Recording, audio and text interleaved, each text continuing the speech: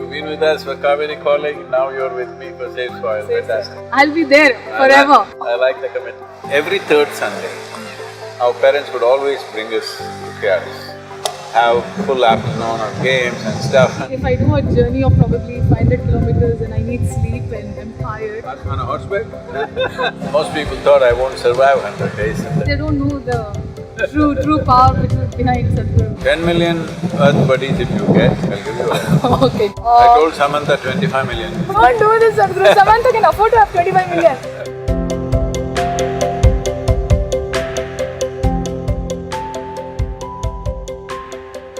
Namaskaram, Sadhguru. Namaskaram, Srinidhi. Wonderful seeing you. So happy to be here. Thank you for this opportunity. I'm so grateful to be So here. you've been with us for Kaveri calling, now you're with me for Safe Soil. Fantastic. I'll be there forever. I like the commitment. Yes, I'll be there forever. I'll be following you like millions others. Henry, ಕನ್ನಡದಲ್ಲಿ ಮಾತಾಡ್ಬೇಕಾ ಇಂಗ್ಲಿಷಲ್ಲಿ ಮಾತಾಡ್ಬೋದು? ನನಗೆ ಎರಡು okay. ನಿಮ್ಗೆ ಏನು ಬೇಕು ನಾನು ಅದಲ್ಲಿ ಮಾತಾಡ್ತೀನಿ. ಸ್ವಲ್ಪ Kannada English okay done. Sadhguru, so you're in Mysuru and I know that you grew up here. How did this place change since last 30-40 years? Now that you see this place, what do you think? You know, like when we were children, every third Sunday, our parents would always bring us to KRS. At that time, there was no this separate road, we had to come on the dam. Okay. We were so excited about that. Red light will come, you can't go, green light will come, you can go. Those days we had not seen these things, that the road will be controlled like this. Traffic. So, we used to come every third Sunday, and as we became 12-13 years of age, it became once in 2 months. Then it kind of receded, and as we grew up, we went our own ways. But later on, me, my wife and Radhe when she was young, we used to come very often. But I wouldn't come in the evening because I don't like this very touristy kind of setup. So I would come in the daytime, the other side, where the Visvesvaraya canal is there and there is a lot of fruit trees and stuff. So we used to come there with a small group and play frisbee and have full afternoon of games and stuff and then go back before this whole tourist bunch came. But when we were children, these things were… this whole garden was lit up with regular bulbs, garish lighting, red, blue, green and all that. I don't think it's yet there. What the memories that you have of… No. After that, I remember, I don't know which year, the Philips took the… the contract for relighting it. And they did it in a very subtle way, which was actually nice. The people of Mysuru didn't like it. Oh, this is not KRS, this is not KRS, KRS should be like that and all. But I think it stayed. When they did that, only that dancing fountain or dynamic fountain came up. But even now, the lighting is… a little subtler. looking like it's not lit up. I think it's a bit too subtle, I would say, because fountains are not being seen. At that time, fountains would be brightly glowing lit. up. Yeah. I remember seeing the old this pictures. green mandapam would be fully green, Yeah. Fully green means like how the palace is lit. Like that, green mandapam sitting there. It's all very… Yeah, now they painted it green and it's not looking like that. I'm surprised, it's so low, the light. The city is almost same, I believe. I mean, the Mysuru city is all same, I believe, almost. No, it's changed a lot, but still it has that little quaintness, unlike Bangalore. I hope it retains that, because now there's a 6-lane road to Bangalore. If you want a big city, you can always be there in an hour. In an hour, yeah. Very true. So, I hope Mysuru retains its that city of palaces and gardens kind of image. Yeah, we hope so too. It was very beautiful.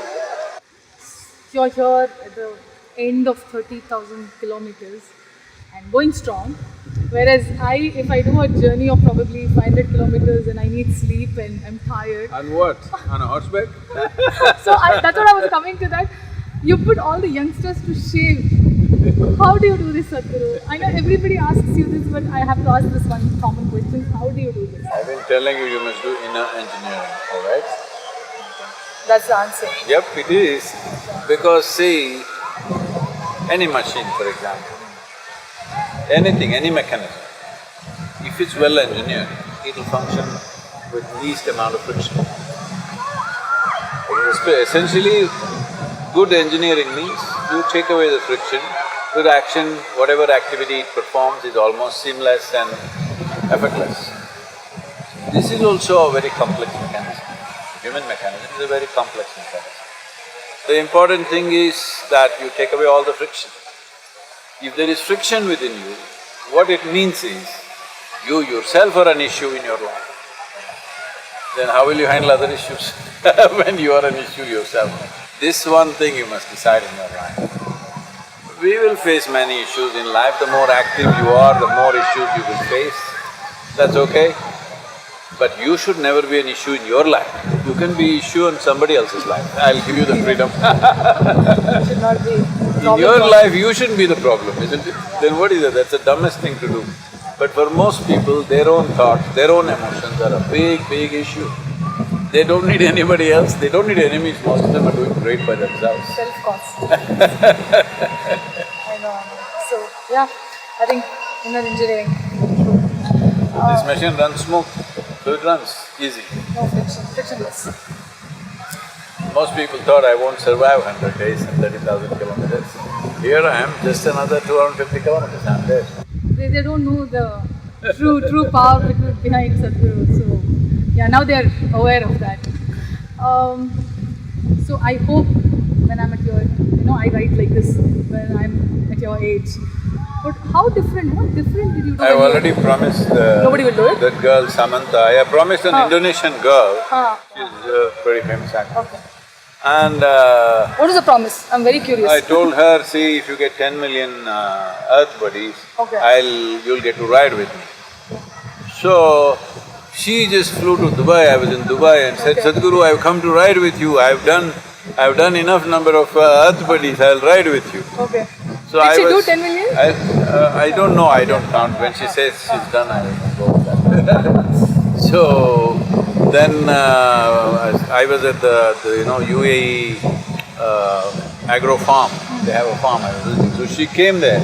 She said, I bought a new helmet and she had Save Soil sticker on it. Wow. I said, all right, are you really ready? Because the temperatures were soaring.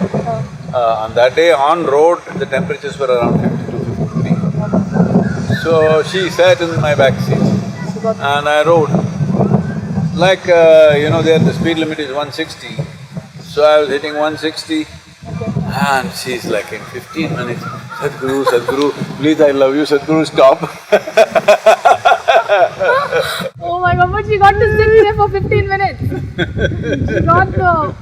She was privileged, but she was tired of it. She was like done. And It was too hot. And you usually ride at that speed or more? I don't tell you those things. This is the only crime I commit in my life, speed. Oh my gosh, bro, how But in Germany it was not a crime, so I can tell you. Okay. So I'm sure it's above 160. My motorcycle is capped at 275, digitally, electronically capped. If we release that, it'll do probably 330, 340. Right now it's capped at 275. And then the vehicles that follow you, they can catch up to you, or I don't think they can catch up to you ever. Catch up somewhere. Catch up somewhere. Okay. I think then I need to aim at getting 10 million. 10 million earth buddies if you get. I can come and strike, right? That I need a ride? Yes. Okay. You will get a ride. You don't have to strike, I'll give you a ride. Okay, done. Noted. So I'm going to do that. I told Samantha 25 million. Are you not ashamed? You're taking only 10 million. Come on. Don't do this, Sadhguru. Samantha can afford to have 25 million. Right now I can't afford to have 25. So All right, concession. 10 million. Okay, 10 million. Done. Okay. So sweet. He gave me 10 million. Let's be a secret. Don't do this to anybody else. Just me 10 million. Okay. So yeah, I wanted to ask that what different you did when you were young, so that, you had your childhood and when you were growing up, that now you're like this. What was the different thing that you did, and probably we could also do it now, growing up? One important thing I think I did was, I never identified myself with anything. I was involved with everything. Family, religion, politics, I was very involved, but never identified with it. School, education, especially education. But when you say you don't identify yourself, means you're not… See, the moment you identify, you get prejudiced. See, right now, nationality, for example, or religion. You get identified with that, suddenly you prejudice everything that's yours look good, everything that somebody else's doesn't look good. So that's one thing I did, that I never identified with anything. I simply looked at everything the way it is. So if you see things the way they are, it's very effortless to navigate through life. Right now the problem is, people get strongly identified and because of that they have strong opinions. You call it an opinion, I call it a prejudice. See, you have an opinion about what I am. This is a prejudice, I could be anything tomorrow morning different from what you're thinking, right? So, the moment you form opinions, you will be prejudiced. Right now, people are acting like it's their right to have their strong opinions. I have my own opinion. Now, the so-called whatever the civilized people, what they do is, I agree with your opinion, you agree with my opinion. So I scratch your back, you scratch my back, we'll go on without any problem. Yeah. This is rubbish. Yeah. At least if you fight about your opinion because you believe that's right, I would appreciate that. This you opinion. Yeah, I'll take yours, you'll take mine. Okay, both of us, both idiots get along. This is very hard for people to understand. People who are around me for more than 25–30 years, even today when I look at them, I don't have an opinion about them. I just look at them how they stand right now. See them for what they are today. Because what they were for last 25 years, today they need not be that. That's why the human being is important, because it's always a possibility. You know, like for example, we started these programs, how people wanted to do HR programs, that means human resource. I said human is not a resource, human is a possibility. So we'll call it human possibility, not a resource. Resource means we know the quantity, we know the qualities of that. We take let's say sand or iron ore or steel or something, we know the quality of that. We know what it is and we know what we can do and what we cannot do. A human being is not like that, it's not a resource, it is a possibility. If you nurture a human being properly, people will do things that you never imagined possible, never imagined possible. See, even this 100-day journey, when I announced this on 3rd of January, people thought it's impossible. I said, you just do it, it's okay, it'll happen. And then some people who don't trust this, they went about inquiring with professional agencies, who can organize a tour like this, who can take care of this, who can take care of the logistics. Everybody looked at the mad schedule and they said, no, we can't do this. Seamlessly, across 27 nations, these 8 states, non-stop, without a single day of contingency. There's no contingency plan, either for the man or the machine. They planned this in such a way, one day if the machine is not working or if the man is not well, there is no contingency, simply 100 days packed. See, when it comes to body, that's your body, this is my body. One day when we are buried, we will understand that is also not true. But at least for now, that is your body, this is my body. This is my mind, that's your mind. But there is no such thing as this is my life and that's your life. It's a living cosmos. You have captured a little bit of life, I have captured a little bit of life. How much life you capture within you will determine how significant your presence will be, your experience will be. This is what we are trying to bring into people's life within our engineering and various aspects of yoga, is so that as a life you're enhanced, not as a mind, not as a person, but as a life, you're an enhanced life. That means if you sit here simply by yourself, still your experience of life is significant. Right now for most human beings, they have to do something to become significant. Without doing anything, you're very significant. Then action becomes effortless, there is no stress about what will happen, what will not happen, because anyway your existence is very significant. This needs to happen to every human being. This is why Save Soil is under the banner of Conscious Planet. Yeah, very apt for everybody to think twice why it's called Conscious Planet, because we're living so unconsciously right now. So, talking about youth, I mean, the day that we are living… Talking about me? Okay, I got it. You're the leader of that gang, you're the leader of that gang. Come on, Sadhguru. So, but yeah, the question that I'm asking, that doesn't include you, because we are fools and I want an answer for that. We have heard you telling that, if youth is not nurtured well, it can be disastrous. India being a young country where if youth are on right track, it could do wonders. Whereas I feel most of the youth, we are always in this state of confusion, no clarity, there is no focus. How do we get that change, that have that focus, that when you want to do something, you do it, you don't leave it? See, can you read this board? Yes, Royal… No, read by alphabet. ROYAL ORCHID. Oh, you know all the alphabets. Sadhguru. No, no, I'm asking. What is, how many years did you take to learn just 26 alphabets? At least 3 years, 4 years. Yeah, first 3 years. How many years to make words out of it? Another few years, 2-3 years. How many years to make sentences out of it? Another 2-3 years? 3 years. How many years to make literature out of it? 5-6 years. Lot of time. Yeah, lot of time. So when you take that much time to learn just a simple language, put things together, why is it everybody is asking when it comes to most important aspects of life, Sadhguru, what is the takeaway? Give it to me in 2 minutes. That means people are not giving enough significance to their life.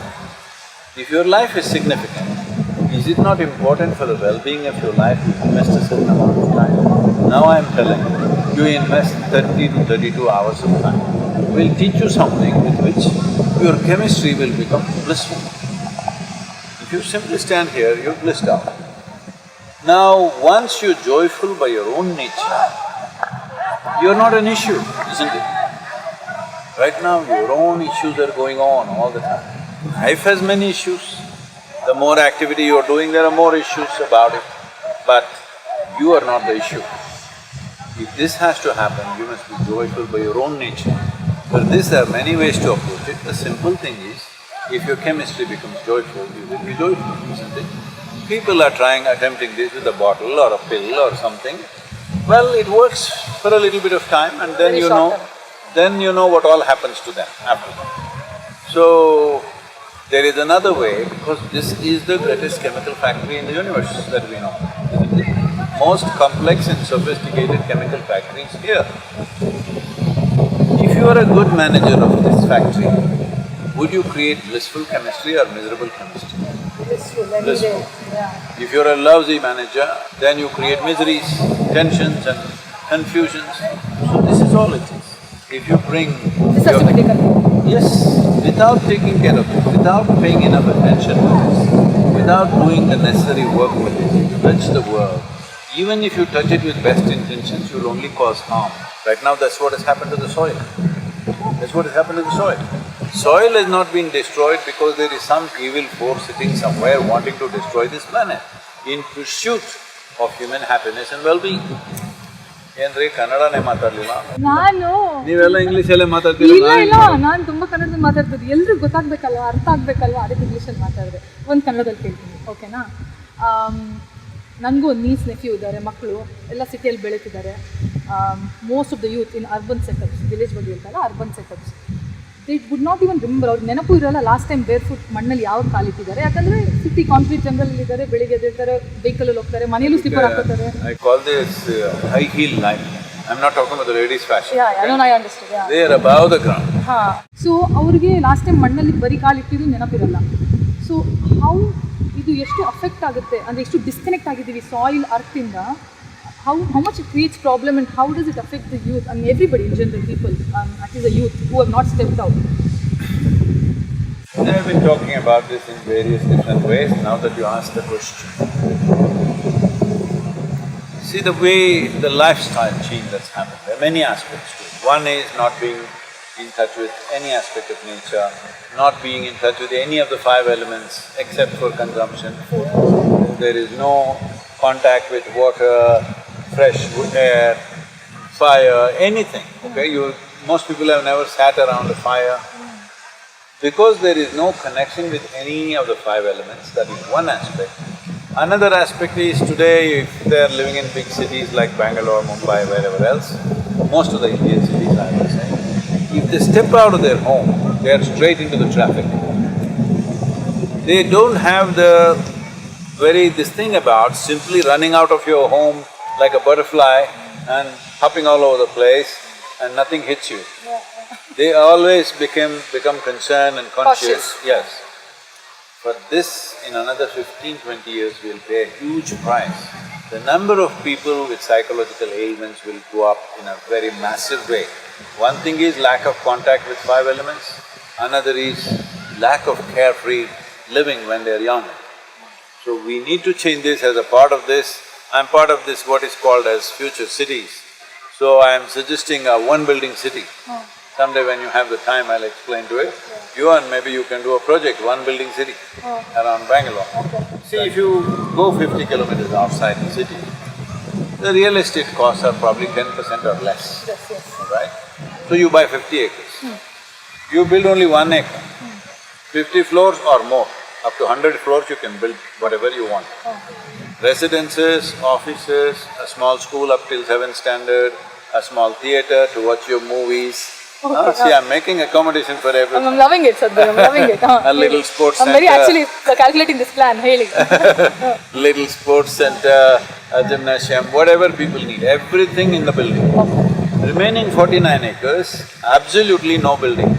Okay, at the most you can build some gazebos and mandapams like that where people can sit, but no construction, no enclosed construction. Rest you just make it like a forest, have water bodies and this… whatever this KRS, if not manicured like this, simply you can have it like this, not like this but full of trees, where children will grow up very healthy. One aspect of life is children, right?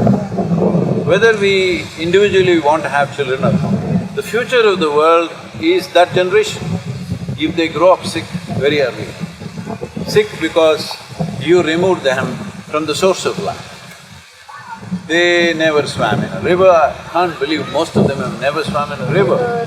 You know, I must tell you, because you come from Mangalore, Netravati, I'm at that time made like this that if I see water, I just jump into it. See a hill, I have to climb it. I'm like that. So I'm riding on a motorcycle, my wife is new, she's just married just for 3 months or so, so she's riding with me. I come and Netravati bridge was new at that time, it's more than a kilometer long bridge. So I park there and I unbutton my shirt, put it there, I take off my trousers, in my underpants, I just jump off the… She must have been shocked. I just jump off the bridge, maybe about 40 feet, 45 feet, something like that. You're not scared, eh?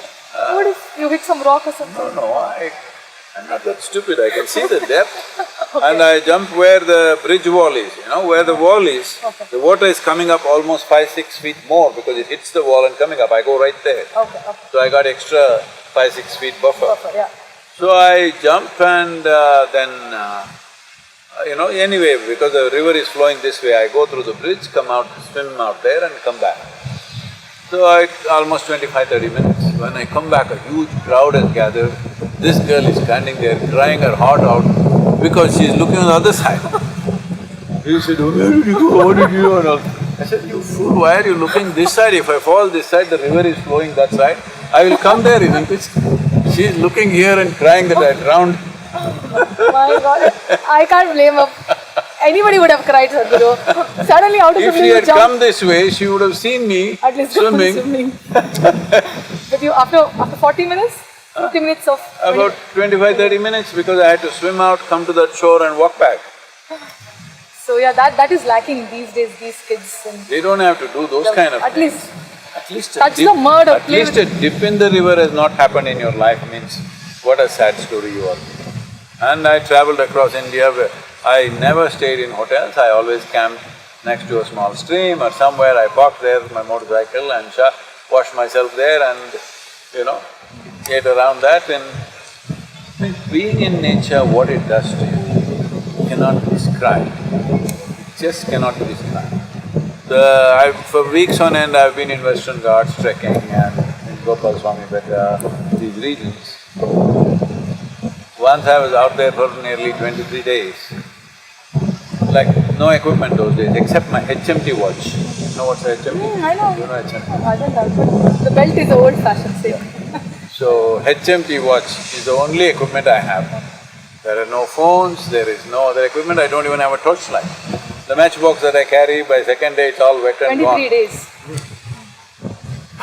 By about 8th or 9th day, something like that, my shirt, half of my shirt is gone because when I was getting off the tree, it went off. So I always slept on the trees and in the daytime I looked for food and walked around.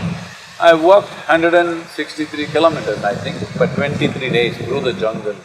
I saw all kinds of animals, tigers, elephants, bison, there are lots of them. So, alone by myself, finding my own food because my food ran out on 3rd, 4th day. That's all you can carry. No light, no matchbox, no nothing. When you're cold, when you're hot, and you walk through everything. I'm saying what it does to you, both physically and mentally.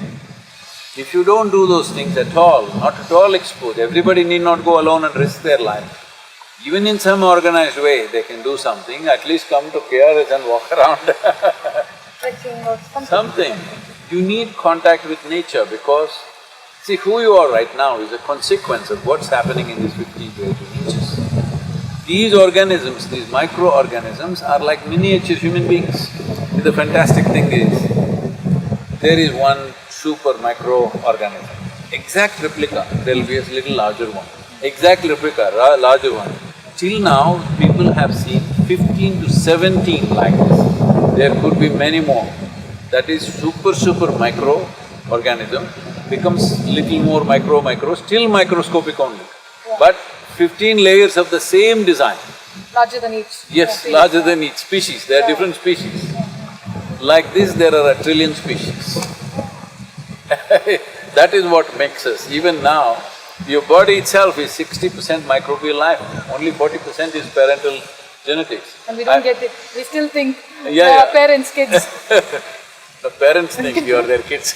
Parents think they're kids. Yeah, very true. I was telling you, I was in Sofia and this little girl, 8-year-old girl comes and says, Sadhguru, I want to do self soil, but my mother, I said, you tell your mother she's only 20%. She's not going to like it. She's not gonna like it, but that's the truth. That's the truth about it. So we read these facts and these doomsday predictions. Facts and all these predictions, and if we don't do what we should do, in next 30-40 years it will be disastrous and all that. Whereas even the youth, we understand it and we are worried also to some extent. But how we get that attitude change, that not just worry or understand it, act upon it, do something about it. So that attitude change, that not just being worried and understanding about the issues. The one problem everywhere, but particularly in India, is people are always asking, Sadhguru, what will happen after 30 years? What will happen after 100 years? So essentially what they're looking for is, they want a prediction, what will happen. Prediction means something is predetermined. Except your foolishness, nothing else is predetermined. So, I always ask them, do you want a prediction or do you want a plan? If you are incompetent to make a plan and to execute a plan, then you look for predictions. But what should happen on this planet, you will look at every other planet and every other star. All the stars you're looking at, most of them actually don't exist, you know this. They are gone long time ago. If the light is coming to us still, they're gone. So, you are looking at other things, instead of looking here and seeing, if you're looking at the next step, you are thinking of something else which you can't fix. So, instead of prediction, if you look at how can we do this, if there is a plan, maybe not a perfect plan, at least you have a reasonably good plan, we can always improve the plan and work on it, things will turn around. So never ask for a prediction about anything, whether it's your personal life or the general situation in the world. What is the plan? Well, everything that you plan may not happen, but if your commitment is relentless, you can make it happen largely. A few things may not happen, but it's okay. Everything that we plan need not happen. So everything that we plan need not happen, absolutely. It is just that if as you bring more clarity to what you see, then you see most of the things that you plan will become real, because you have seen it clearly. That is, see, if this is my issue all the time in my life for people around me, I start talking about something that is not tomorrow, that is day after tomorrow. I start acting on it right now, preparing the situation. It doesn't make any logical sense to anybody because it doesn't even seem relevant. But I'm preparing a nut and bolt for day after tomorrow to fix it. They at the most are seeing, smelling tomorrow, they can't understand that day after tomorrow can be fixed now. So always people are either in confusion or they get angry or resentful because they think, oh, what is he doing? It doesn't make any sense. But after it happens, they say, oh, this is fantastic. Now now the dot, they're connecting the dots. So that's why when something very big is being planned for, in my mind, I never tell anybody. Because if you tell them everything, they will get mind-boggled. They'll get incapacitated. All this is going to happen. It's better to do one by one, step by step. You tell them the next step, they're happy. You tell them the next step, they're happy. You tell them what is after 25 steps, they'll go crazy. Yeah, I think that's okay. For the minds like us, I think taking it each step is better than getting confused with the whole plan. This is why one needs to work on their clarity, that you learn to see things very clearly. That's the problem with like us, including all of us. This is why I said what I said there. See, if you're not identified with anything, you will become more and more clear. See, right now, let's say for example, you're a young woman. You get very identified with your gender. Now you can't see life the way it is. You go on thinking this is it, that is it, because you're identified with a certain body form, which is a woman's body. Now you can't see life as it is. Yes, you are a woman, 100%, there's no this thing about that, but if you're not identified with it, you can see both sides of everything, which will give you clarity of life. Otherwise, it will just give you strong emotions. You will not see beyond. Yes, it will give you strong emotions, which will throw you around here and there. It looks like it's a great thing, especially because you're in the movies, I'm telling you. I'm sorry, I'm not making comment. Because these television series, I don't see them, but here and there, whatever, when I'm switching news channels at least, whatever sometimes flashes, everywhere it's become like this, that how do we settle a difference between you and me? Let's say we have a difference of opinion. You think that is blue, but I'm telling you it's green. No, you insist it's blue. How do you settle this? Dash your face up or cut your throat off. This is how we are encouraging you. If you and me cannot agree, the way to settle it if you are a real hero is bash your face or chop your head off or shoot you in the head or something like this. Whether it is Western movies or Indian movies, everything is like that. Now worse is the video games have come. 5-year-old kids are shooting somebody. So tomorrow, suppose I get a gun in my hand, if I have to press this trigger, I don't feel too much about your life, because I've been shooting right from age of 5. On the screen I have been shooting. When I become 18, 20, I would like to get a little real. This is happening, you see in America all the time. So we need to look at these things. What kind of society do we want to build? I said this and nobody liked it, but let me say it to you. Maybe not so much in South Indian movies, but in Hindi movies during 70s and early 80s, there used to be a few people who were called rape experts. Vivid rapes, like very violent kind of rapes being shown on the screen. 2-3 people were rape experts. So all the very young people who watch those rape experts, today if they do those things in the world, suddenly it looks so bad. But you are coaching them, this is the way to treat a woman, right? In a way you're nurturing it or no? So, if you're going on the street, I will come and pull your hair, that was called heroic, romantic, isn't it? Being done or no?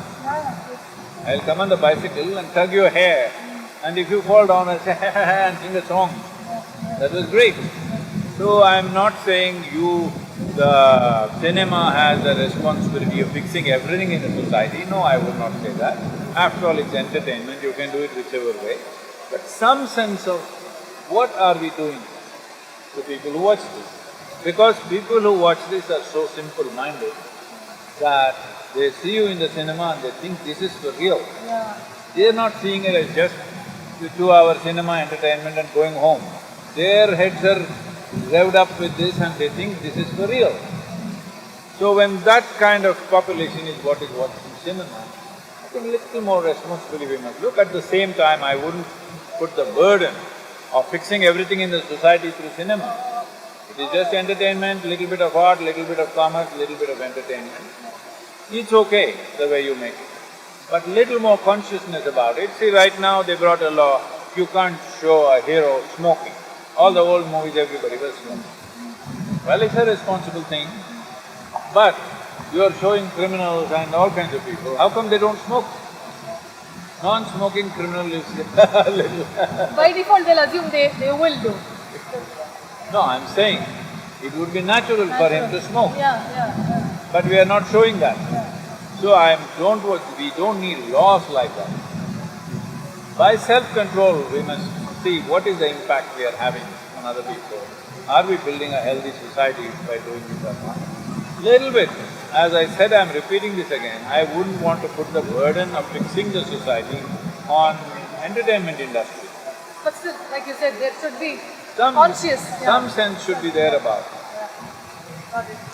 At least I don't know what opportunities will come my way, but at least let me try to choose the work. At least you died in the movie. Yeah, at least there I died in the movie. Yeah, true. I tweak my eyes so much for this ride that even in the night, full night I'm riding classic. Wouldn't it be very dark with the glasses on and in the night? That's what I'm saying. This is a hard for people to understand. People will think it is something you don't do. When I was a child, I walked through the forest without any light or torch. I always wondered as a little boy, how come the animals can walk and I cannot? So I paid attention to everything in such a way. If you pay enough attention without unprejudiced attention. See, the problem with human beings is, now if I am a man, I see a young woman, I pay attention to you, but another young man is going, I ignore. This is not the nature of attention. Attention is like light. The light is on, you are young, old, man, woman, whether you are an ant or an elephant, it lights up. That's how your attention should be. That it just lights up what is there. You don't make it prejudice, it'll only light up this one, not light up that one. Once you do that, this is what I mean by identity. Once you're identified, you cannot even see other things. You cannot even actually see the things that exist around you. Because you're not paying attention. Yeah, because your attention is prejudiced already, because you've taken an identity. So, I went into the jungle and paid attention. Then I always wondered why I can't see behind the tree, why I can't see behind the wall. I was just thinking, can I bend my vision so I can hear what's behind the tree, but I can't see. So I spent hours and days just seeing if I can do this. That's different, but as I paid attention, I learned how when I want to tweak my eyes, I tweak them up with a certain amount of energy. I see clearly in the night. Even today, most of the time I don't turn on lights in my home unless I want to read or something else. Normal walking around, I just walk around dark. As it is, in little starlight something may be there, but fine. So now I'm riding through the night with glasses on. The helmet visor has a tinted glass, just like this. Otherwise I'm wearing this and riding. But the high beams from the opposite side would be… most of the roads we've been driving have medians, so the high beams are not really in your face. That's not the thing, you just have to see what's in front of you.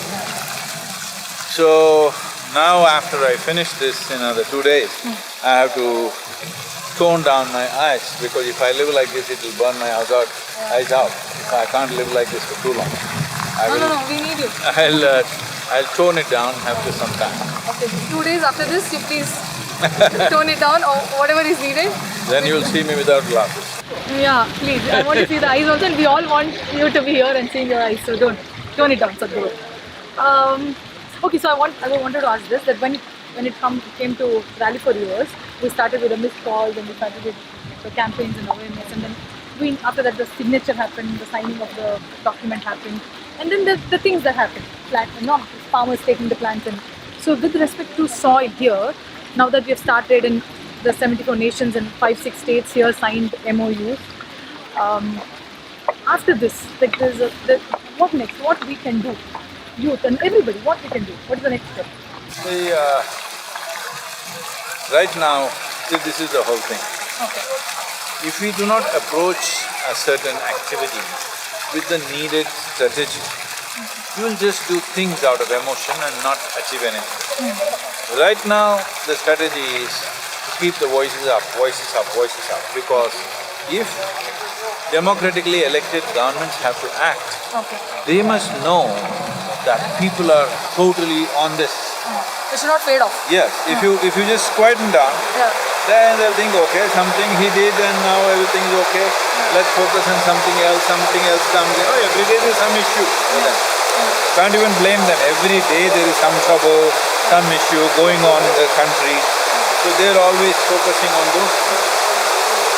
So we must keep the voice up.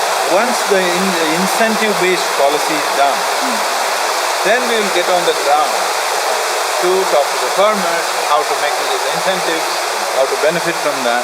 But till then, our duty is to talk about soil To and keep the voice, to keep the conversation going about soil, yeah. because the government should understand that people really want this to happen. If you turn off your voice now and then say, okay, well, what happened, nothing will happen like that. You need to keep up your voice. this should be up so that they know it's real. So you're not towards the end of the campaign. This is the beginning of much more bigger plan. And you're coming to Bangalore, but the thing is that we have a lot of work. You said it yesterday. Yes. We have a lot of work.